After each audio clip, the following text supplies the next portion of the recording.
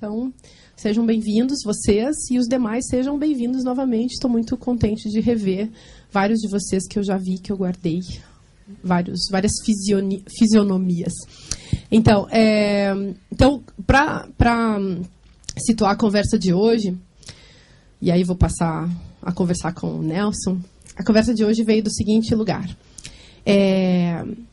Os Rolling Stones, eles são uma banda que a gente ouve a música, e a música, assim, essa música dos Rolling Stones, ela invade o nosso corpo e a nossa mente ao mesmo tempo. Isso que eu estou falando, vocês podem pensar, mas o samba também faz isso, mas sei lá, tem tanta música que faz isso com a gente, será que isso não é da música? É bem provável que isso seja da música. Mas os Rolling Stones, eles não têm só uma música que faz isso com a gente, como eles têm também toda a questão do rock, que a gente vai poder abordar, do que significa essa música que é feita como rock. E aquilo que, a meu ver, sei lá, a gente podia chamar assim de uma performance dionisíaca, sempre posta em cena por essa banda. Eles estão sempre nesse lugar, assim, a meu ver, de performance dionisíaca. Acho que hoje vai dar, de repente, para a gente conversar um pouco sobre o que é esse dionisíaco na música. E dionisíaco, quando a gente fala em dionisíaco, todo mundo que estuda filosofia ou já estudou música vai lembrar de Dionísio, o Pan romano, o deus do vinho, né, que é o deus da exuberância. Essa palavra hoje apareceu na nossa conversa, né, durante o trajeto no congestionamento clássico de São Paulo. E é exatamente isso que está em jogo sempre quando a gente fala do dionisíaco. Uma desmedida, uma exuberância, um excesso. Então, o pensador que levantou essa questão foi Nietzsche, um pensador que morreu em 1900, que escreveu um livro sobre a origem da tragédia na questão da música, e que fez aquela clássica oposição, né, explicando assim que a obra de arte ela deriva sempre de um impulso apolíneo e um dionisíaco, que o apolíneo seria o impulso da forma, da organização, é aquilo que faz a obra ficar em pé, mas havia também, para que essa obra fosse possível, um impulso dionisíaco, que é um impulso de desmedida, um impulso digamos, não racional, não organizado, é um impulso caótico, mas sem esse caos, sem esse sofrimento, essa dor, essa sangria, não aconteceria a obra musical. Enfim, 1000 questões por aí que a gente pode, de repente, querer conversar. Mas tem um outro pensador que aí sim eu acho que tem muitíssimo a ver com os Rolling Stones, que é um pensador que ficou famoso no século XX, que foi um leitor de Nietzsche, que é um sujeito chamado Georges Bataille. Esse cara, quando ele escreveu um livro chamado A Parte Maldita, ele teve que se justificar muito. As pessoas achavam que ele estava ficando doido, que ele tinha enlouquecido escrevendo esse livro. E o que tem nesse livro?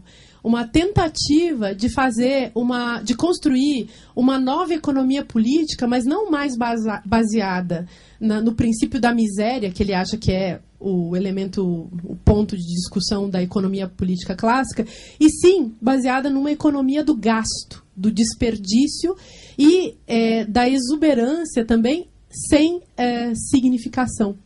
Então, se trataria muito mais de pensar numa sociedade voltada para a questão da economia, não como que ela economizaria os seus recursos, mas onde que ela precisa gastar, precisa desperdiçar os seus recursos. E eu acho que esse tipo de questão, esse tipo de lógica, esses elementos, assim, eles estão presentes em muito, não apenas da letra, da música dos Stones, mas também desse elemento todo performático que eles produziram ao longo da sua vida, que é uma vida de banda muito longa, eles estão aí até hoje, é um negócio que é incrível e ao mesmo tempo é uma alegria também impressionante, né, de ver uns caras que não caíram, que não desistiram, que continuaram. O que será que faz com que eles assim se recriem, que eles não acabem, que eles não cancelem o seu processo e que eles não sejam aniquilados por tudo aquilo que, enfim, num contexto de capital, de indústria, etc., sempre pode acabar destruindo a vida dos artistas, né? Bom, mas então, eu chamei para a gente poder conversar sobre os Rolling Stones. Eu chamei o Nelson Motta porque ele não é só alguém que entende tudo de música e alguém que todo mundo admira. e é uma pessoa, um herói da inteligência brasileira, ele é também uma testemunha, assim, ele testemunhou a história dos Stones, e eu acho que vai ser muito legal, então, ele contar um tanto de coisa pra gente. E eu queria começar perguntando, Nelson, como que você encontrou com eles, assim, como que você os conheceu, que papel que eles fizeram, assim, na tua vida, por onde que os Rolling Stones apareceram na vida de Nelson Motta?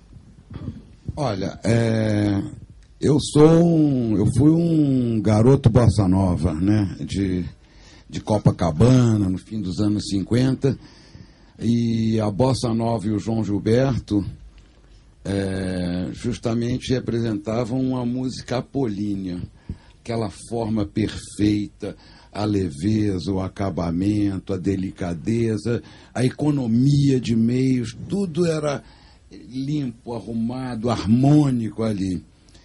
E a minha passagem para o rock dionisíaco completamente, isso só veio assim muitos anos depois, porque eu gostava de bossa nova quando apareceu o Elvis nos Estados Unidos. Eu me interessei um pouco, era adolescente ali, mas... E as tentativas de implantação do rock no Brasil foram meio bobas no Rio de Janeiro, porque os caras com um casaco de couro, com os mortos, lambreta, aquela iconografia do rock todo, Bad Boys, aqueles tupetes, um calor danado no Rio, todo mundo na praia, os caras lá posando de rocker, né?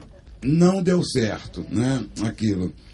Só depois, ali, a partir de, para mim, no caso, minha geração, digamos, a partir de 68, com a politização, né, exacerbada no Brasil, na Europa, nos Estados Unidos, em todo lugar, as revoltas da juventude, o poder jovem, tudo isso veio junto até você gostar de rock significava você ser contra o establishment, assim, porque era a música que os seus pais não gostavam. Então, era aquela que você queria. Eu não liguei muito para isso, porque, como eu disse a vocês, eu tinha 20 ou outro, eu gostava de jazz, de bossa nova e tudo. E aquele rock inicial, Elvis, para mim não era muito interessante. Começou a ficar interessante com os Beatles, né? Depois tudo. E eu, antes dos Stones, eu era um fã dos Beatles, porque era uma coisa mais intermediária ali, era mais melódico, né? Tinha a coisa mais esculhambada do John Lennon, mas o Paul McCartney compensava tudo, todo bonitinho. Foi um estágio, para mim, a minha entrada no mundo do rock. Mas, com os Stones, aí é que pegou mesmo, que foi surgindo para mim um outro tipo. Comecei a ver shows, concertos de rock nos Estados Unidos, em outros lugares. E no Brasil era difícil, porque um dado fundamental do rock, com parecidos, Rolling Stones especificamente, e outras bandas também, mas no caso deles, é a potência do som, o volume do som, o peso do som, a potência, o envolvimento daquele som, porrada que o som dava em você. Aquilo fazia parte daquela estética ali, é um dado daquela música. Aquela música não foi feita para ser ouvida num tocadisco, com fone, nada disso. Aquilo... O que te pegava, assim, o que faz um sujeito que gosta de João Gilberto gostar de Stones? Parece assim que é realmente o Yin e o Yang, né? Foi uma trajetória toda da minha geração, junto com o país também, né? A Bossa Nova era anos JK, era o paraíso, anos dourados, Rio de Janeiro, nada acontecia, tinha assalto, era um paraíso aquilo. Para a minha geração, a gente tinha 15, 16 anos. E aquela música delicada, só era a cara da vida que a gente vivia ali em Copacabana. Prado Júnior. Também, né? Da Prado Júnior, do Leme ao Pontal, né? A vida que se vivia Ali tinha muito a ver com aquela música.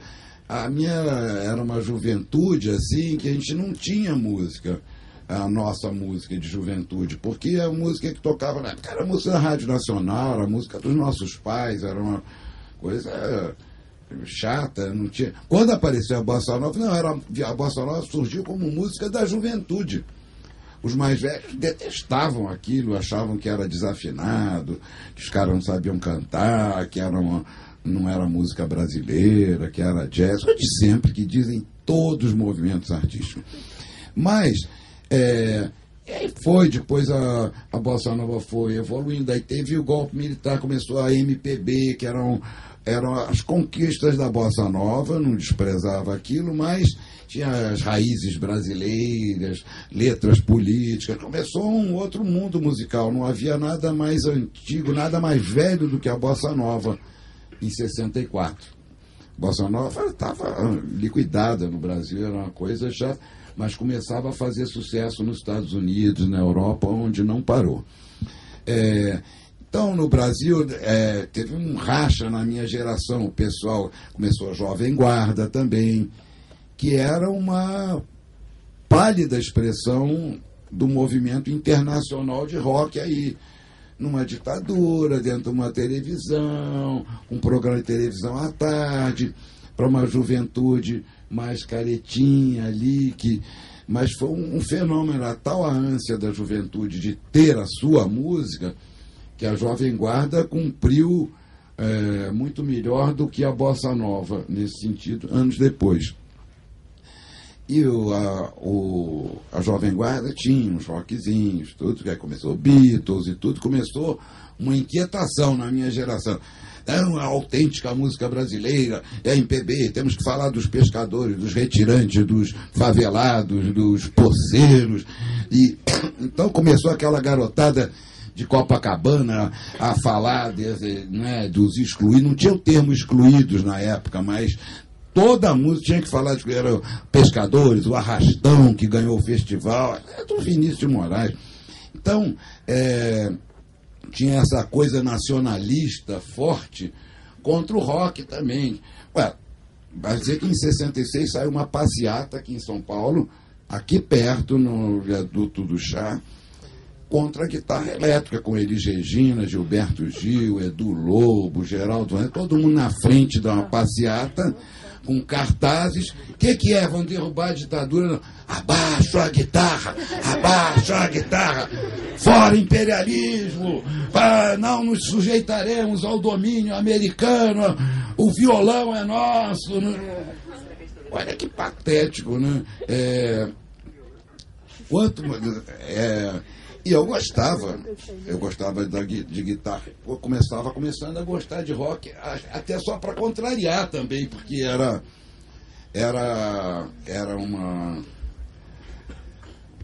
Agora, a partir de 68, 69, com o AI-5, aí começou a brabeira mesmo, aí radicalizou o rock, porque não tinha aquela música MPB dos anos 70, música dos festivais, letras de oposição, que não satisfazia mais, nem tinha possibilidade política de existir, porque tinha censura, tudo. Então, o rock veio com uma coisa libertadora, porque era dançante, era estrangeiro também, e eu gostava por isso, porque me irritava aquele nacionalismo que era tanto da direita no poder, quanto da oposição de esquerda, eram igualmente nacionalistas, tacanhos, fanáticos. Né? Então eu gosto dos Rolling Stones. Né? Então era uma forma, a juventude começou a buscar no rock internacional o que não tinha aqui, porque a MPB era uma música muito velha, né? Não estou desqualificando, eu também sou velho e não sou ruim, entendeu? Não era uma coisa séria, né? A MPB dos anos 70, era tudo, tinha responsabilidade. O pessoal queria dançar um pouco, queria se divertir, né? Queria brincar um pouco. E o rock trazia tudo isso, essa coisa lúdica, novas sonoridades, atitudes que a gente ficava louco, aqui as coisas que os Beatles faziam, os filmes dos Beatles passaram, a irreverência, a esculhambação toda, e a gente já estava numa ditadura aqui, né, desde 64, então fazia você dar mais valor a isso. Então, se tirou meu namoro e minha paixão pelo rock, é muito político também. Acabou sendo, porque tinha uma vivência, na minha geração, tinha uma vivência política intensa. Estava em tudo ali. Porque eram muitos garotos de classe média, todos estudantes universitários, a maioria deles. Então tinha esse clima mais cabeça, assim. E o rock and roll era festa, né? Mas você tinha que também estar sempre se decidindo, né? Você não podia ficar em cima do muro. Você tinha que ser ou de esquerda ou de direita. E você viu, de repente, nisso que você está falando, no rock, você viu uma alternativa para além de esquerda e direita, e que não significava também ficar em cima do muro. Exatamente, porque eu era de esquerda, todo mundo era de esquerda, né? Que não fosse... mas eu odiava aquelas coisas do velho partidão, aquelas tomadas de posição nacionalistas, esse pavor do estrangeiro, e essa coisa de sempre culpar o estrangeiro, os portugueses, o problema do Brasil foi a colonização, e depois os ingleses exploraram a gente, e agora os americanos estão chupando o nosso... Isso é sempre eu sempre encarei como uma forma de não assumir a responsabilidade pelos nossos próprios problemas aqui, é sempre atribuindo, até hoje, ainda tem muito isso, sempre é culpa do gringo, o estrangeiro, tem... no fundo, uma sensação de inferioridade absoluta que se expressa assim, nessa forma de... A soberania, quando você fala em soberania nacional, eu falei, meu Deus do céu, vem merda aí. Porque... Aí vem merda. Mas agora que você falou em soberania, eu queria falar um negócio. Eu fico lá estudando esses filósofos, né? Sabe que esse aí que eu citei, esse Georges Bataille, eu amo ele, tem o livro do olho, mas esse livro eu não conheço.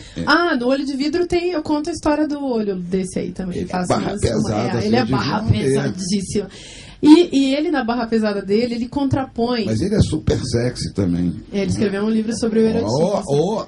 Ele é um cara perigoso, é um cara mega perigoso. Até os caras de esquerda achavam ele perigoso, sabia?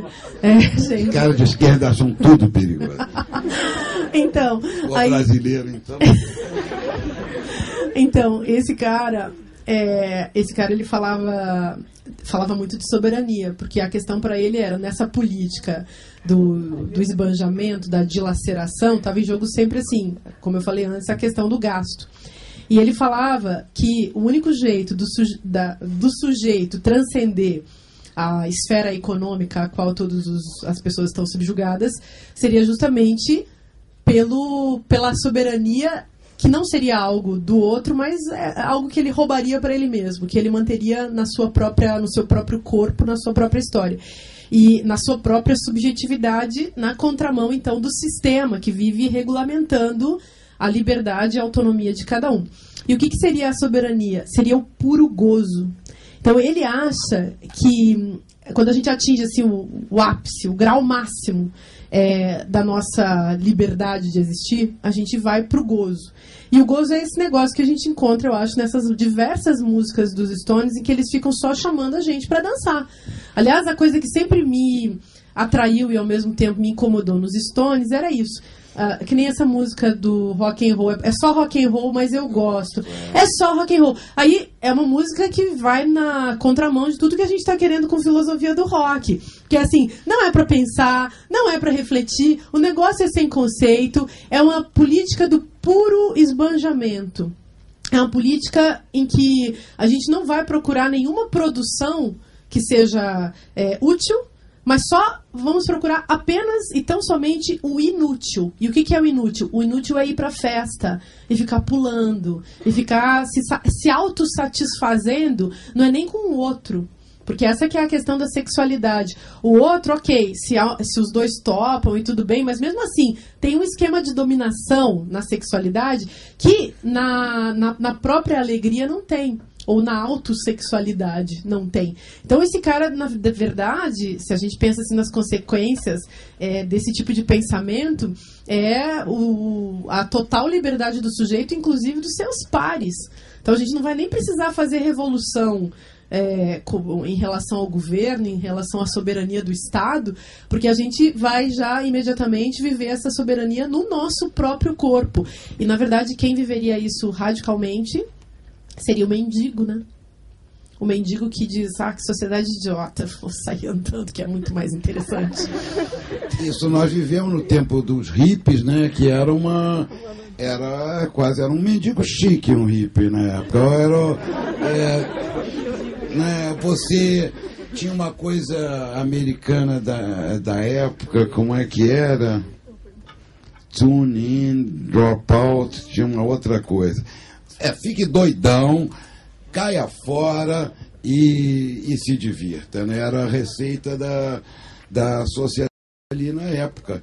Então isso foi quando começou, em 69, Festival de Woodstock, toda a era do sexo, drogas e rock and roll, aquela liberdade, né? Onde ali tinha também, né, Márcia, era a explosão de Woodstock, foi ligada também com uma liberdade sexual plena ali, foi uma festança aquilo ali, e ninguém ligou. Imagina nós, coitadinhos, no Brasil, com AI-5 em cima, governo militar e tudo, vendo aquele Woodstock. E, na verdade, o Brasil só veio a ter um movimento de rock and roll que tem uma estética mais ou menos comum, que tem amigos, influências, todo um movimento só na virada dos 80 ali, quando começa o Lobão, o Lulu Santos e tudo, porque aí nos anos 70 só tinha a Rita Lee e o Raul Seixas que faziam também rock, né? Os Mutantes nunca tiveram sucesso popular, então era isso, eram dois heróis solitários, a Rita e o Raul, e no mundo inteiro tinha um movimento, dezenas, centenas, era uma nova linguagem, o rock, que era do Led Zeppelin, dos Stones, dos Beatles, com todas as diferenças, tinha uma característica de escola, era uma música de geração, né? Isso no Brasil só começa 15 anos depois, porque não pode ter rock and roll em ditadura, porque fundamental do rock and roll é a irreverência, a liberdade, é a atitude, é o esculacho, toda essa parte de... realmente, a palavra é tão gasta, tem horror de falar, mas era uma atitude diferente que o rock and roll tinha, né, nessa época, muito diferente do que se vivia aqui. E naquela época dos Rolling Stones, então, como você está colocando, os Beatles. Aí, isso aí também já dividia as opiniões, né? Os Beatles ou Rolling Stones? E uma das coisas esquisitas, e aí queria ver como você pensa isso, uma das coisas esquisitas que aconteceram foi que os Rolling Stones gravaram uma música dos Beatles. E, até onde eu sei, parece que eles não gostam muito de que isso tenha acontecido, porque os Rolling Stones são uma banda que deu certo até hoje, porque eles também têm muita noção do que eles são, como empresa. O Mick Jagger tem uma história como... O Mick Jagger é quase economista, ele fez a London School of Economics. Vocês sabiam disso? Conheci. Vocês pensam que ele era tive doidão? com ele algumas vezes, ele já famosérrimo, digamos, no meio dos anos 80, primeira vez que vi.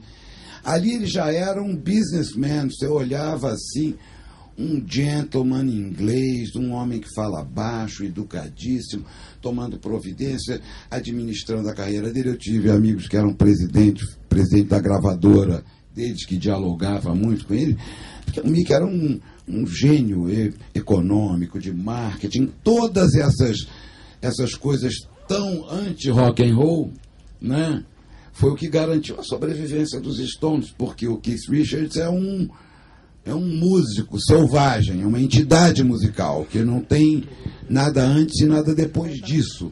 Eu amo ele, né? É um dos meus heróis. E teve a sorte de ter que é um doidão, né, que todo mundo, né, sabe, é um milagre de sobrevivência. E o Mick Jagger, né, é um sir em inglês, né, na verdade foi ficando e administrando. Poucas carreiras foram tão bem administradas. Quem poderia imaginar que uma banda de rock and roll, os caras iam tocar com quase 70 anos e não ficar ridículo, né? Porque tocar 70 anos é mole, não ficar ridículo é que é difícil, né? E aqueles caras careca aqui com aquele rabo de cavalo, é triste, né? E eles eram, os Stones representavam, os Beatles eram mais família, eram mais bom moço, assim, tinha essa imagem, assim. Os Stones eram mais, eles fizeram um negócio de sympathy for the devil, né, simpatia pelo diabo, ficava morrendo. Os Beatles eram mais levezinho, não tinha... Então, e eles começaram a dar certo nesse sentido do mercado, do público todo que ficou louco com eles, quando eles começaram mesmo a fazer esse papel, porque antes, no começo, eles gravavam blues, eles eram uma banda de blues, né? A grande música inglesa é em cima da música negra americana. Pois tanto os Beatles como os Stones. Mas eles não conseguiam fazer o sucesso que eles faziam, e quando o Keith Richards e o Mick Jagger começaram a compor juntos, é que as músicas começaram a fazer muito sucesso, e elas vinham com esse conteúdo que não deixa de ser um conteúdo do blues.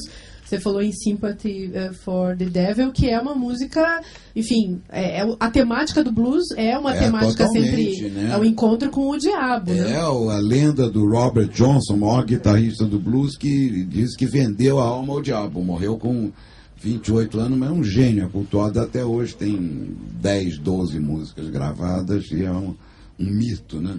Pois é, então, e eles carregaram isso com eles, né? Só que parece que antes havia um comedimento, que eles eram muito cuidadosos, tanto que vários vídeos que a gente vê daquela época, assim, os caras estão lá vestidinhos de Beatles, assim, meio ainda parecendo... Na verdade, hoje é mole falar isso, né? Mas os Beatles eram mais pop e os Stones muito mais rock and roll. Essa é a diferença básica, né? Beatles hoje tinha alguns, tem grandes rocks, é claro, mas a imagem geral é um pop universal ali. E os Stones, não estando na Inglaterra, os Stones eram banda de classe operária, working class inglês, adorava os Stones, porque eles tinham essa atitude mais agressiva mesmo, eram uns doidões, né? Tanto que morreu o Brian Jones, né, logo no começo, que, diz a lenda, era o grande cérebro dos Stones, até que não foi tão acidental a morte assim. Aí começa todas aquelas histórias. Fato é que ali, entre o Keith Richards, que é um rebelde, o doidão, e o Mick Jagger, ali com aquela cabeça de número, eles construíram uma dupla fabulosa de compositores, como já tinha acontecido com o doidão do John Lennon, um anarquista, um libertário de classe operária, tudo aquilo ali, e o Paul McCartney todo bonitinho ali, bonequinho, um músico fabuloso, né? Então tinha, entre esses dois, são duas das maiores duplas de compositores da história. E é um fato também que a banda de rock, ela é sempre uma empresa. Então, a banda que dá certo, que segue na história, quer dizer, elas dão certo,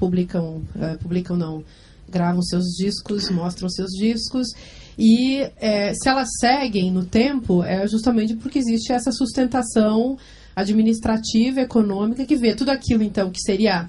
Porque é uma loucura, mas você administrar uma banda de rock com os Stones, cadê os caras?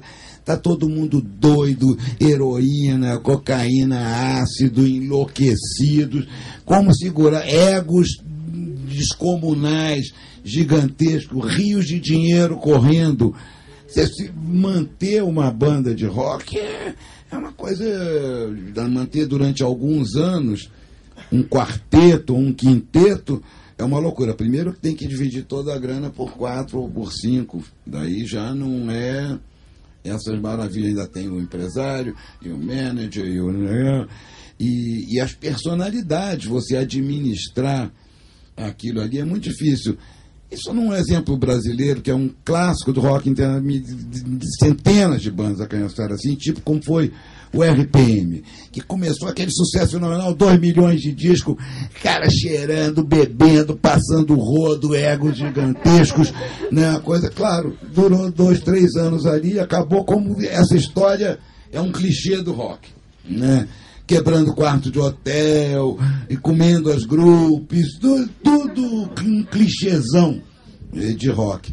E eu sempre achei interessante nos grupos os Titãs, que eram 8, bem doidões também na época, né, no início, e com muita personalidade, e totalmente anárquicos. E eles conseguiam fazer desse anarquismo deles. Então todo mundo fazia música, todo mundo fazia letra, todo mundo cantava e cada um tocava um instrumento ali ou mais. E estão aí até hoje, né? Perderam gente por morte de pessoa, o outro acabou saindo, o Arnaldo, o Nando, mas a banda, né, continua, mas essa economia interna de uma banda de 8, então, é uma loucura, nunca há dinheiro suficiente, né, porque é muita gente, tem que gravar a música de um, tem que gravar do outro também. Como é que vai dizer pro cara, olha, vamos gravar essa música, é ruim? Alguém tem que dizer isso em algum momento, né? Extremamente complicado. E os Stones, então, é um milagre, né? Estarem espertos até hoje. E eu fui no show em Copacabana, foi uma maravilhosa. Como foi? Hã? Você aguentou? Eu aguentei. Eu acho que eu não aguentaria um show desses caras. Vocês aguentariam um show desses caras? Vocês são muito fortes. Facilmente, Marcinha. Quando tiver o próximo, mesmo? Vou te convidar. Não, tem que ter uma bocada ali na lateral do palco, tem um cercadinho ali, você chega 15 minutos. É da idade, né? Os coroas. Quando era a idade de vocês, eu ia. A gente vai cansando, viu, galera?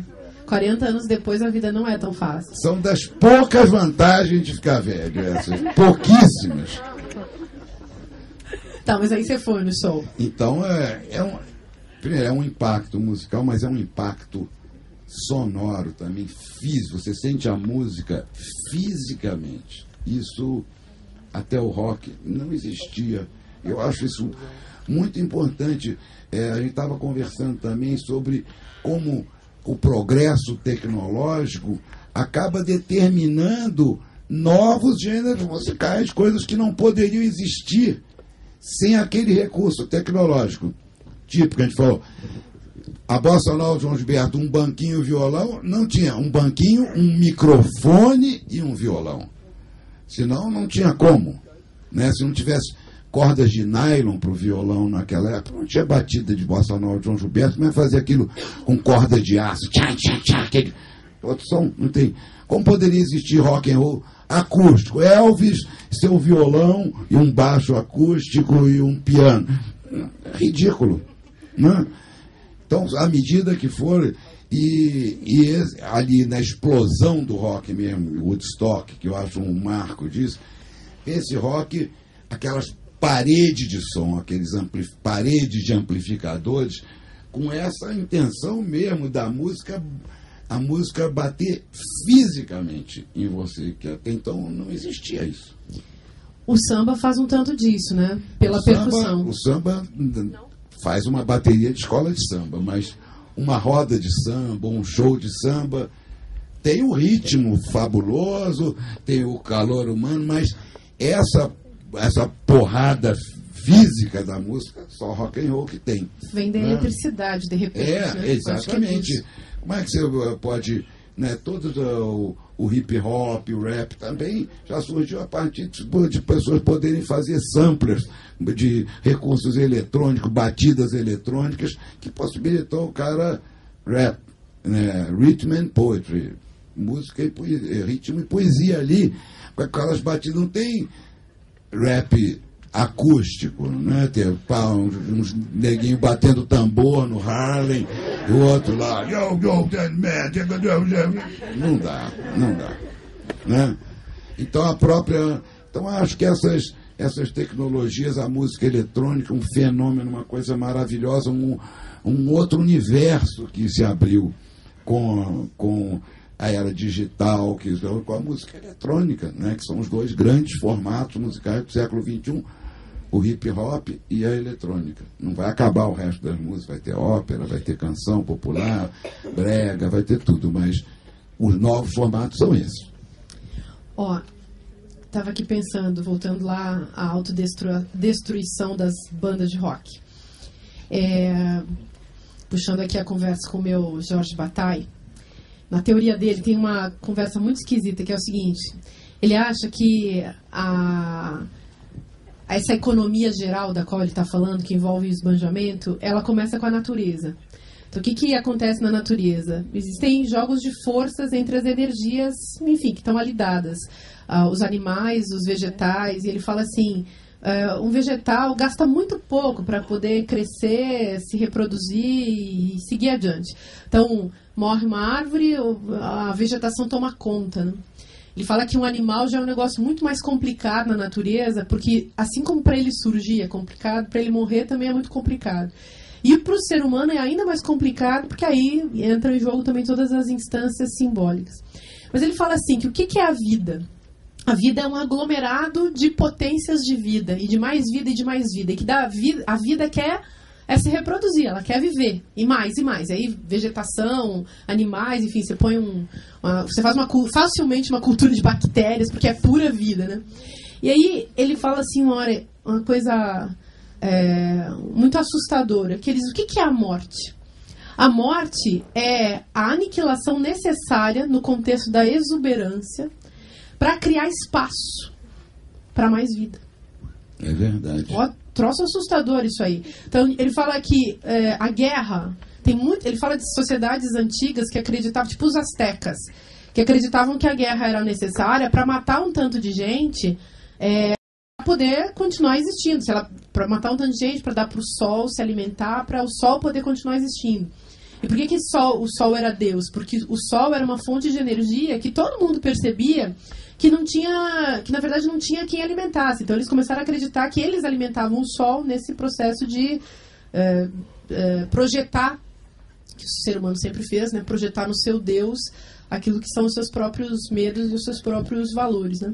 Mas a morte nada mais seria do que essa criação de espaço e que seria parte da própria vida. Eu fico pensando, claro, se a gente pensar na natureza, esse negócio não tem susto, não tem susto para nós, porque a gente não imagina o que está acontecendo lá entre as plantinhas, né, e entre os animais.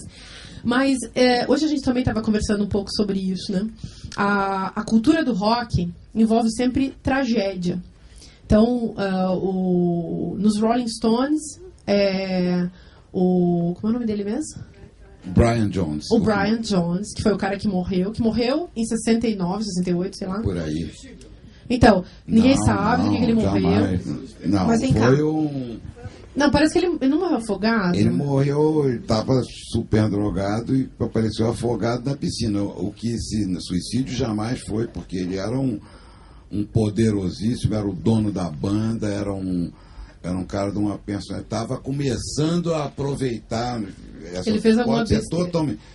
O que se cuja sempre tem essas teorias conspiratórias, que foi o empresário, o Mick Jagger, que é o cara para tomar o lugar dele. Aí começam essas coisas todas. Porque ele morreu no meio do caminho e eles continuaram fazendo os shows todos, né? Morreu no início, ali, a hora que estava florescendo, no melhor momento, né?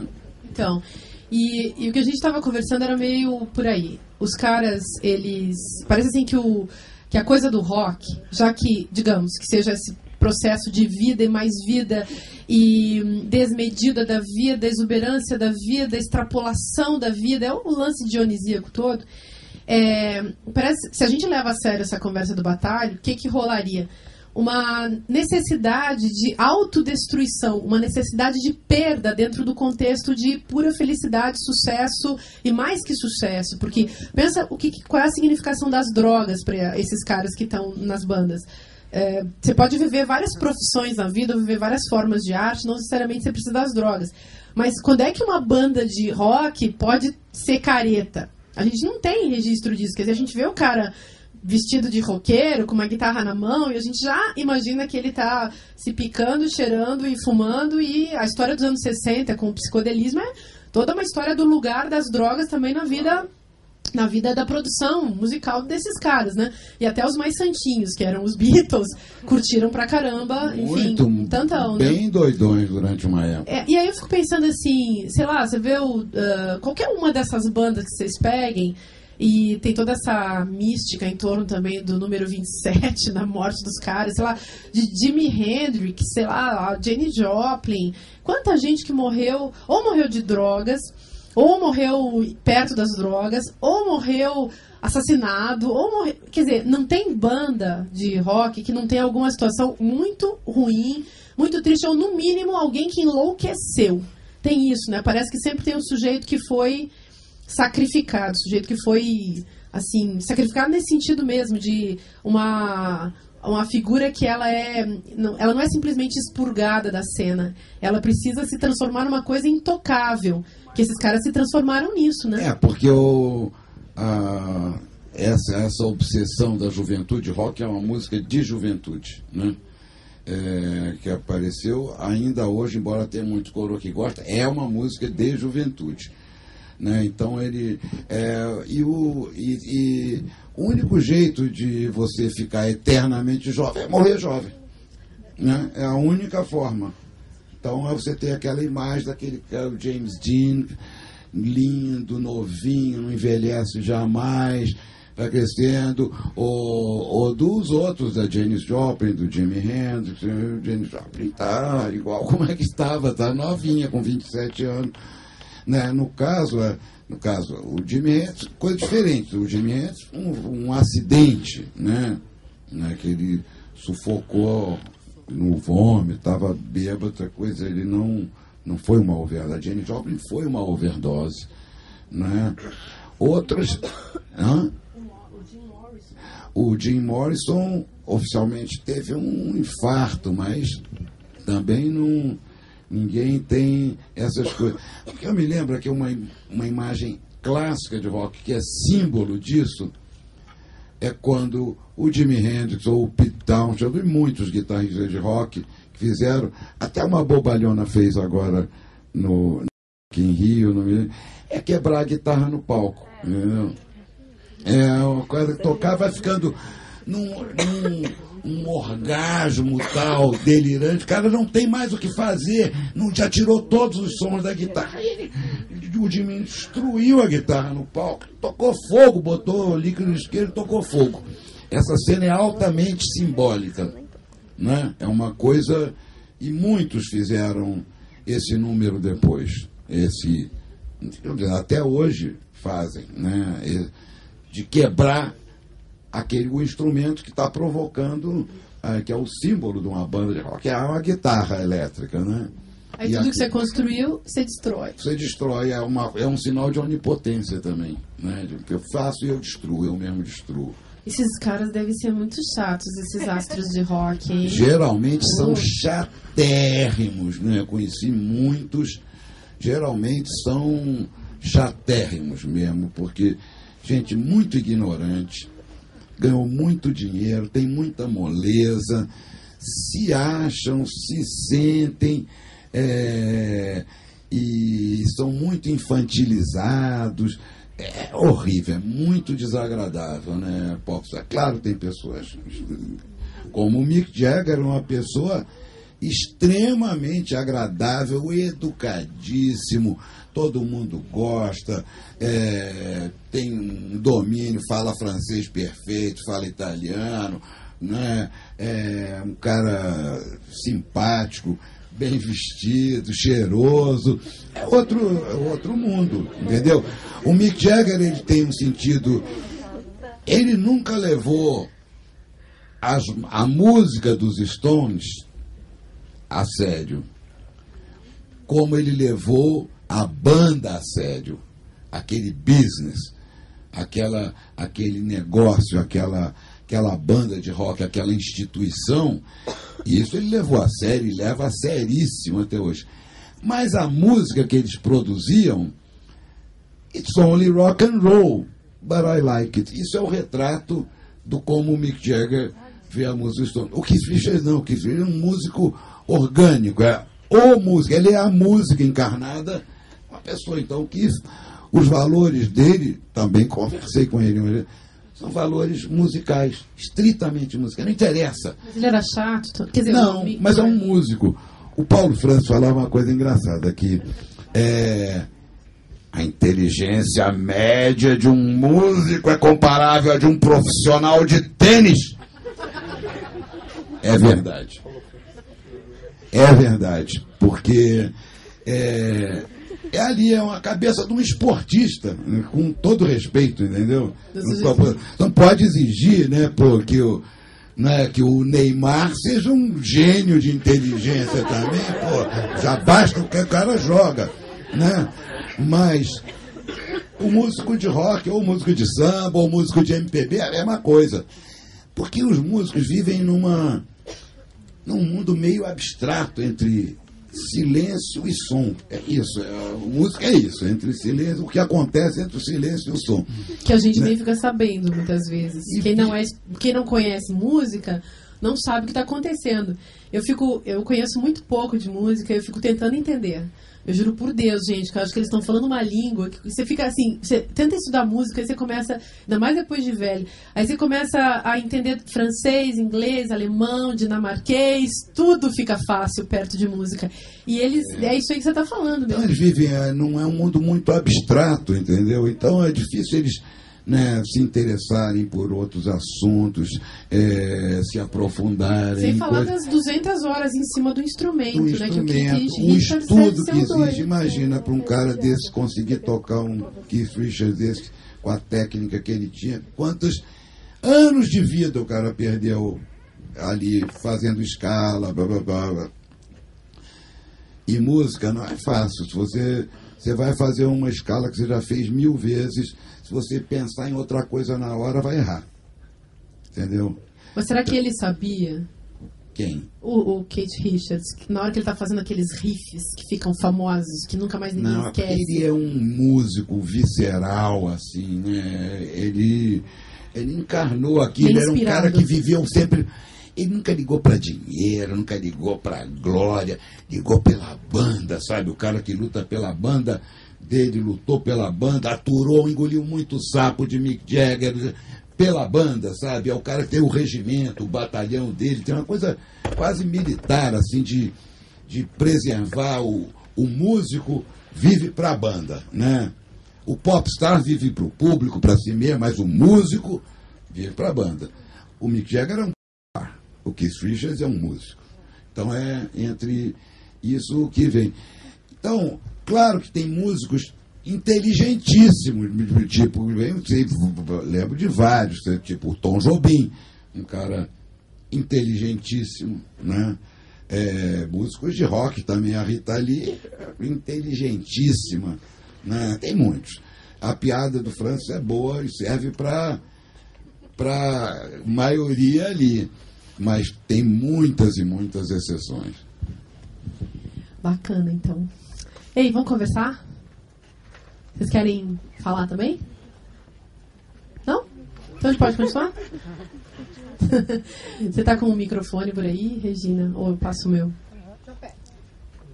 Ok, vocês podem fazer suas colocações breves, com uma inteligência não musical, por favor.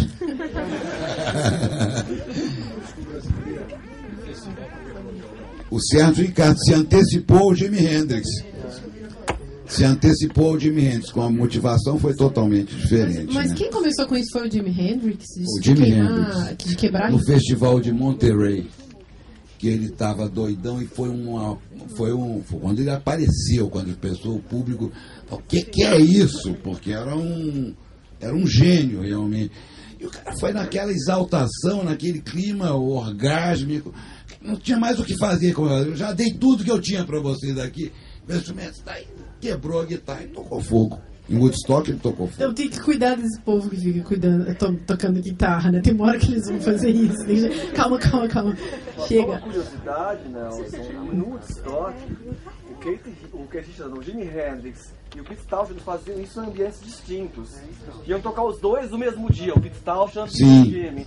Eles sortearam, quem vai primeiro? Que nós dois quebramos a guitarra. Ah, sim. E o Pete Townshend tocou antes. Na sequência, o Jimmy falou, você quebrou tudo. E então, queimou lá, em Woodstock queimou, tocou fogo também. Ele tacou fogo na sequência. É um ritual de sacrifício. Tá. Quetzalcoatl. Não, tem verdade isso. Os reis astecas, os caras de repente se deram conta de que eles não precisavam matar as pessoas, que eles podiam oferecer uma coisinha de ouro, assim, um objeto de ouro, assim, um negócio mais Eu amo astecas, puxou um assunto que eu adoro. Mas então, teve uma hora que eles aprenderam. Mas essa eu estudei muito os sacrifícios, aquilo me intrigava muito, mas é um povo tão civilizado daquele. Os astecas eram muito mais civilizados que os europeus na época, muito mais.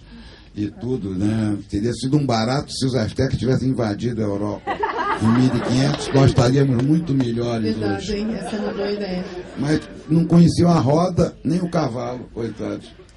Tá vendo? Era isso me intriga, como é que pode uma civilização avançadíssima de astronomia, de matemática, as pinturas, os rituais, a arquitetura, aquela cidade de Tenochtitlan, que era igual Veneza, tudo canais artificiais, tudo uma coisa maravilhosa, limpos, tomavam banhos, roupas maravilhosas, tudo aquilo, não conheciam a roda. Tá vendo? Vai ver que era por isso. O estrago foi a roda. Cruzes. Quem que vai falar? Então, fala. Deixa eu perguntar um negócio antes. E aquele ícone, como chama? O logo dos Rolling Stones? Da língua. A língua. É do Mick Jagger, essa língua? Acho que não. Não, mas é inspirada na boca do Mick Jagger, né, gente? Viram vários, esse foi aprovado e pagaram uma mixaria por ele, então ganham dinheiro em cima agora. Que nem o Che Guevara, né, nas camisetas. Só que nem ganha nada. Isso daí ainda tem, acho que dá um troquinho pra eles, que o Mick Jagger deve ter feito uma coisa bem amarrada ali. Tá vendo? Que esperto. Fala. Então, primeiro, boa noite, né? Eu gostaria de saber o que Como vocês é seu nome? Meu nome é Arthur. Eu gostaria de saber o que vocês acham sobre o The Who, que eles tinham toda a política de destruição deles. Todo show eles acabavam quebrando também alguma coisa. Eu acho que o The Who era mais um grupo mod, né? Era um grupo mais de classe operária mesmo, mais barra pesada do que os Stones e muito menos os Beatles. Mas eu acho que em termos de atitude não tem muita diferença ali, né, para os Stones. Acho que a coisa começa a engrossar mais de novo ali já mais no final dos anos 70, quando aparece o punk. Quando aparece o punk, Sex Pistols, tudo, aí foi uma outra, aí os Stones ficaram meio careta, né? Nessa época, porque o punk eram caras que faziam questão de não saber tocar no início. Isso era do it yourself. A onda era essa, né? Porque o rock foi ficando tão sofisticado, tão sinfônico, tão institucionalizado, tão careta, que a juventude exigia uma música despojada, uma música de combate, uma música de reverência. O rock começou, quase acabou quando começou aquele negócio de Rick Wakeman, rock sinfônico, aquela coisa de uma pretensão fora do comum, que era uma porcaria, tanto como rock, quanto como música sinfônica, né? Tanto que não sobreviveu. Então, esse momento é um outro momento de virada. E o punk é supostamente uma volta à essência do rock, aos 3 acordes, a agressividade, não ligar para dinheiro no início, né? Mas tinha esse espírito. E continua até hoje, né? Para muita gente ainda. Quem mais? Pode falar. É possível fazer uma leitura da música Satisfaction com o pensamento de Schopenhauer? Que é? A música Satisfaction com o quê? Com o pensamento de Schopenhauer.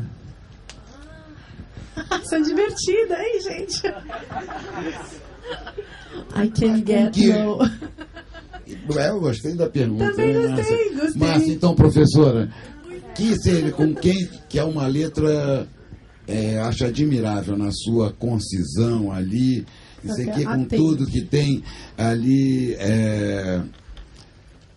e aos excessos todos que as bandas, os roqueiros se entregavam, principalmente os Stones, que eu já fiz tudo isso, cheirou, fumou, bebeu, trepou, gritou, quebrou tudo, e ainda não estou satisfeito. Né? Então tinha... E tem um negócio... Que escola filosófica que citaria essa... Hein, Márcia? Essa insatisfação permanente, esse sentimento da satisfação impossível. Boa noite. Minha pergunta é pro Nelson, até dando continuidade na pergunta do nosso amigo ali. Em relação até Beatles e Stones, uma coisa interessante, você pega ali no finalzinho da década de 60, toda aquela questão da contracultura, né? A minha pergunta é relacionada a isso. Enquanto até você falou da questão dos Beatles, depois dessa questão, né, posterioridade de moderninhos, essa coisa toda, mas é interessante entre os Beatles e Stones, que você pegando esse período, os Beatles, eles fizeram alguns experimentos, né? Em relação não só na música também, principalmente o John Lennon e o Paul McCartney. No caso dos Stones, eu não consegui perceber isso, mas continuaram com essa atitude rock and roll, né? Eu queria saber de você se realmente a estrada dos Stones é uma estrada reta, cara, é a estrada do blues, e aquilo não saiu disso, é isso até hoje, né? Os Stones não fizeram disco music na época, não fizeram funk, não fizeram soul, é isso. Os Beatles, principalmente a partir do Sgt. Peppers, que aí mudou tudo. Os Beatles eram uma banda juvenil ali, rockzinho dançante, uns garotos engraçados, simpáticos. Quando veio o Sgt. Pepper, que é isso? Aí viraram intelectuais, formadores de opinião, novo pensamento, viagem à Índia com Maharishi, meditação, cabelos enormes, aí psicodelismo, e os Beatles começaram a ficar uma coisa mais aceita já pelos pais dos jovens, começaram ali a partir do site, são inteligentes, olha que letras boas, os valores, julgando a nova música com os valores ainda tradicionais. Mas os Stones não precisaram. Os Stones já entraram chutando o balde. Obrigado. Tem mais uma pergunta lá do outro lado. O Flaviano, ele pergunta o que são filosofias negativas. Nossa, isso é uma coisa que eu inventei, tá? Eu também queria saber, fiquei com vergonha de perguntar. Então, uma classificação Flaviano que eu inventei. Nos redimiu, né? Não, bacana. Eu inventei essa classificação, como eu estava falando. Dois caras que eu citei hoje, que um é o Bataille e outro é o Nietzsche, eu classifico os dois nesse lugar.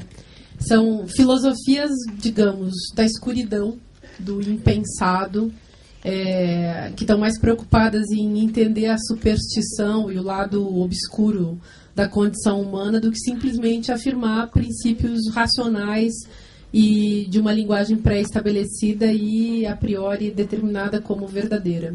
Então, eu gosto desses caras que eu mesma fico classificando desse jeito, também por conta dos seus temas, em função do método que eles usam, que é pensar o avesso, né? Isso aí que eu chamei de negativo, para classificar a própria negatividade desses caras, mas também em função dos seus temas.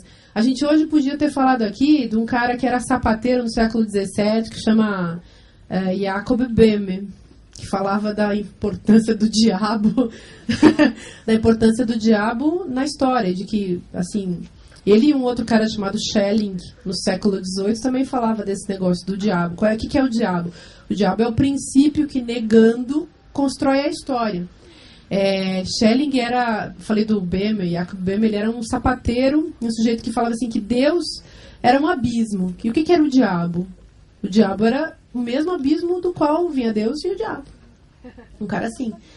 Muito lá perto da teologia, enfim. Mas o Schelling, esse, por exemplo, o Schelling, ele foi amigo do Hegel. E Hegel, que é um filósofo infinitamente mais conhecido do que Schelling, ele do idealismo alemão, do começo do século... A passagem do século XIX para o XVIII, né, começo do século XVIII para o XIX, começo do século XIX. Esse cara, por exemplo, ele foi amigo do Hegel, foi importante para Hegel, também foi professor, enfim, escreveu muita coisa, mas ele, assim, ficou muito mais voltado para, digamos, para essas negatividades do que o Hegel, embora a questão da negatividade também esteja em Hegel. Tentando explicar um pouco melhor o que é o negativo, por exemplo, no Hegel. O pensamento é totalmente negativo. O que é o positivo? O positivo é aquilo que está dado. O que é o negativo? É aquilo que pensa o que está dado. Ou seja, quando a gente pensa, a gente já pensar já não é. É mais ou menos isso. Isso daria para dizer que é o negativo. Então, pensar já é um ato de negar aquilo que está dado. O desejo, por exemplo, assunto nosso de hoje, ele é totalmente negativo. Totalmente. Totalmente Tanto que essas meditações orientais, qual é a jogada? A jogada é não pensar em nada. Né? O objetivo, não pensar em nada. Aí você não sofre. É igual a heroína. Né? Fica ali, você não quer nada. Uma meditação oriental que funciona. Você não quer saber de sexo, de dinheiro, de inteligência, de ter ideias, de desejar nada, de lembrar o passado, de fazer nada. Está ali flutuando. É o jeito de não sofrer. Mas é um jeito de não sofrer igual de morrer, de ficar jovem para sempre, morrendo jovem. O jeito de não sofrer é flutuar. É tipo não viver. Não viver. É não viver. Então já é morrer. Morrer antes. Aí você já morre. Quem deseja está vivendo. Quem não deseja já está morto mesmo em vida. Tem um cara aí, que eu também classificaria como filosofia negativa, que eu curto muito. Foi um cara chamado Kojève, que é um russo que viveu na França, que lia Hegel. Esse cara é maravilhoso, porque ele interpreta Hegel, filósofo da negação, do jeito muito direto. Ele fala assim, tem a vida animal, é a vida fora do desejo. E tem a vida do desejo, que é a vida humana. E assim, a desgraça do ser humano, que explica, por exemplo, a nossa musicalidade contemporânea em muitos aspectos, é a gente estar voltando para a condição do animal. O animal é o sem desejo. Ele vive no imediato. Então, de repente, ele faz funk. Verdade. Porque é uma música. Aí a gente pensa assim, não, mas tem desejo no funk, é o puro desejo. É a plena ausência de desejo. O mais puro do funk é a total ausência de desejo, porque é a pura relação com a nossa pura animalidade. E o desejo nunca é animalidade. O desejo é sempre transcendência, negação da animalidade rumo a uma outra coisa. Claro que não é uma negação abstrata. É uma negação concreta, ou seja, dialética. Você carrega junto com você o corpo que você tem. Mas, assim, não é porque eu sou uma mulher e que eu tenho um corpo, digamos, de fêmea, que não é o meu caso. Aliás, vocês sabem que eu estou num devir, que não tem nada a ver com isso, né? Mas, num devir para girafa atualmente. Eu já passei da fase hermafrodita. Então, e da fase elefante também e tal. Mas, o que é o desejo nesse caso? É o devir do sujeito em relação a alguma outra coisa que nega a sua própria animalidade. E a nossa condição histórica faz a gente voltar para essa animalidade. Por quê? Porque a gente não consegue vencer a luta, que é a luta do desejo, que é... A gente não consegue se colocar nesse lugar da própria luta por reconhecimento. A gente aceita com muita facilidade que a gente foi subjugado. E aí morreu, aí acabou. Aí você vive na posição do cadáver vivo. Ele fala assim, do pobre coitado do sujeito que vive hoje em dia simplesmente aceitando que cospem na cabeça dele, cadáver vivo. É ruim, né? Muito pesado. É horrível. Eu sempre tinha muitas discussões com as minhas filhas, de criação e tudo, que já discutia isso com meu pai e tudo. As enganações da liberdade, a ilusão da liberdade. Liberdade, fazer o que me der vontade, e não sei, que está muito associado a esse fruir instantâneo. Rock, popstars, é o símbolo disso. O cara tem o que quiser. Mulheres, dinheiro, jatinho, sei o quê, fãs, 200 toalhas brancas, toda essa mitologia. E, na verdade, uma pessoa que que faz o que ele dá na telha na hora que quer e tem as coisas. É escravo do seu instinto. A pior das servidões é você ser escravo do instinto animal, né? É isso aí. Então, as filosofias negativas mexem com essa relação nossa com tudo aquilo que nega o nosso próprio desejo. Sendo que, às vezes, dependendo do lugar de onde a gente olha, o nosso desejo é que nega aquilo que a gente é. Então, entendeu? Para entender, assim, mais ou menos? Dentro disso aí, dessa negatividade, eu acho que a pergunta é mais para o Nelson, não sei, né? A música Painting Black é um exemplo disso? Qual música? Painting Black dos Stones. Essa música Painting Black. Olha, são tantas músicas, eu não tô. É uma da, né? Já no título já tem uma ideia meio. Não, mas né? Porque eles tinham essa viagem constante para esse lado, né? Eu acho que os Stones é muito uma música de celebração, né? De uma maneira geral, é uma música muito de. Eles souberam celebrar esse lado também, né? Assim, quer dizer, porque tem um lado escuro, né? Ali, né? O blues, né? Tem esse lado sombrio, mas eu acho que uma música como It's Only Rock and Roll, but I Like It, que não é nem tão boa quanto Painted Black, representa melhor os Stones, a filosofia deles ali. Qual você citou? A gente estava falando dessa Painted Black é uma música, talvez musicalmente, melhor do que It's Only Rock and Roll, but I Like It, que não é nada musicalmente. É um statement, uma declaração de princípios ali. Nesse sentido, é forte, né? Nossa, mas a gente começa a viajar nas letras, assim, tem muita letra, muito voltada para essa sensação de malignidade, de maldição, né? Tem muito isso. Essa e várias outras. Lembra de uma que parece assim tão ingênua, que é aquela, eu até fiz uma pseudo tradução, aquela do Jack pulando, sabe? Jumping Jack Flash. Jumping Jack Flash. Essa é um emblema também. Então, né? Essa música é uma música mais estilo. Parece uma pura brincadeira, mas você começa a analisar o que eles estão dizendo nesse negócio. I was born eu nunca prestei muita atenção. Crossfire Hurricane. Tipo, sei lá, eu nasci no olho do. Eu nasci no olho do furacão, nasci na encruzilhada, né? E and I howled at my ma in the driving rain. Eu uivei. Assim, isso também acho que tem uma raiz, talvez, lá no uivo dos beats do... Não, como é o nome dele? O nome dele que escreveu o uivo? Ginsberg. E aí eu, enfim, quando tava caindo aquela chuva, né? The driving rain. But it's alright now. In fact, it's a guess. Então, mas tá tudo bem agora, tá tudo bem. Na verdade, guess. O que é guess? É uma brincadeira, né? But it's alright. I'm jumping, Jack Flash. It's a guess, né? É tudo muito divertido, é muito... guess é tipo... É divertido mesmo, é fun, né? E aí fala...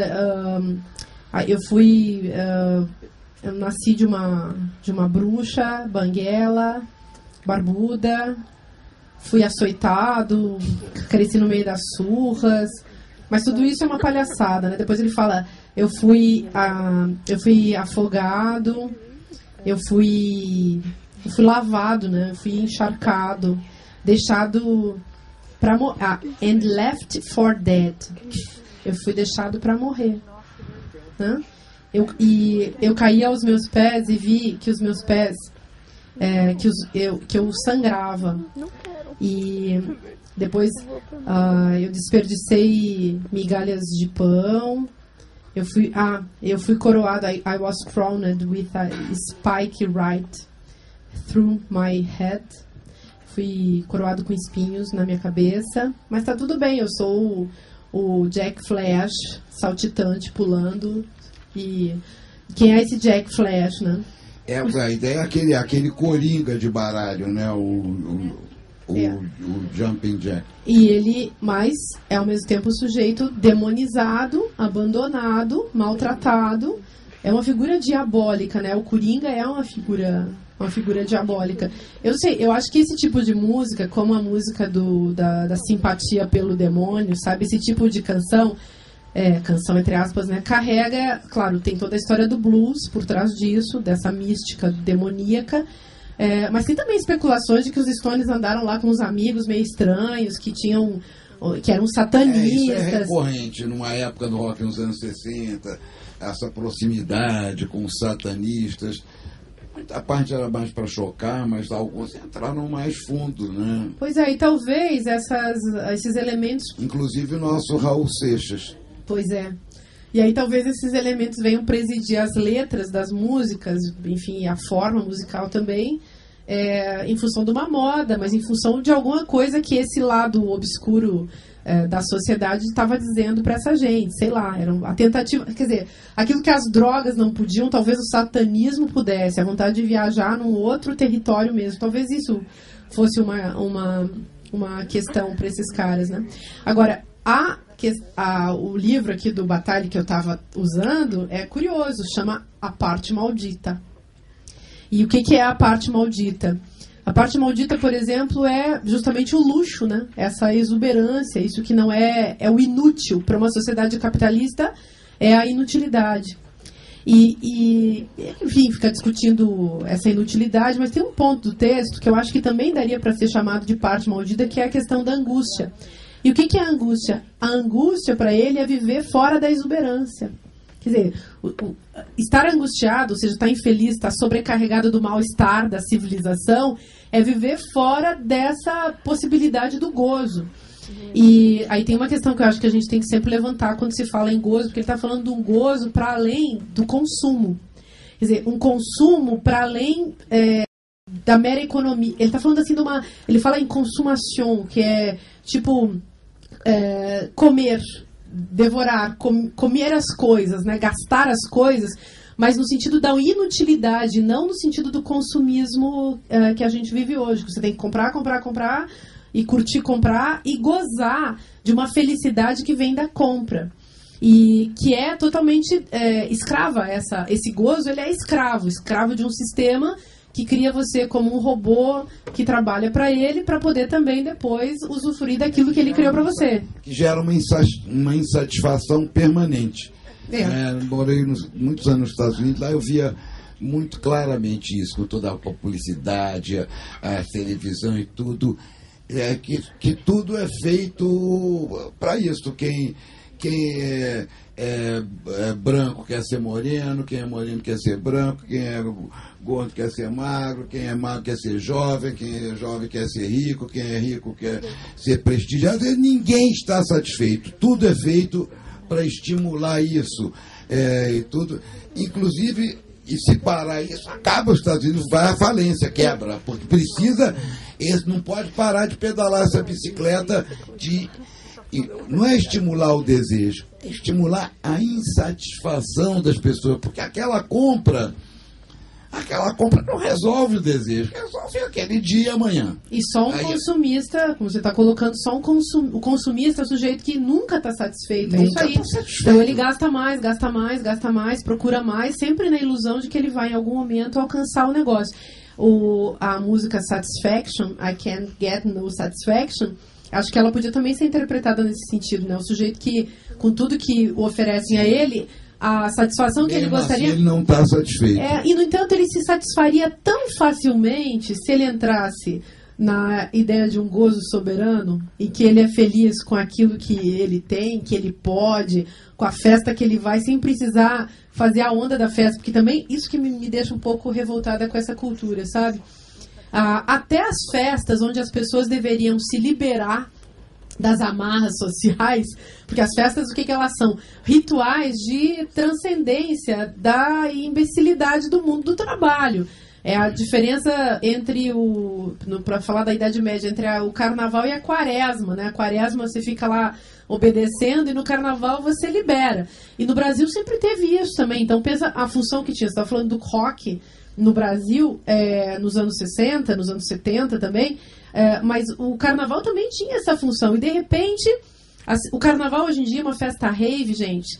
São duas coisas meio parecidas. Qual a diferença de que no carnaval realmente você pode pirar até o fim, por mais ruim que isso possa ser. E na rave, não sei se vocês já foram, o seu descontrole é todo controlado.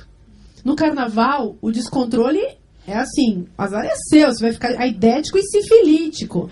Mas numa festa rave você não pode, você não vai encontrar esse lado obscuro da história humana, da experiência humana. Você não encontra isso. Você vai tomar todas as balas e porcarias lá, os êxtases da vida, do jeito sempre muito organizadinho, para não fazer feio, né, diante do outro, para não passar do ponto onde você tem que ser um sujeito que fica bem na foto até na festa. Olha, nos anos 50...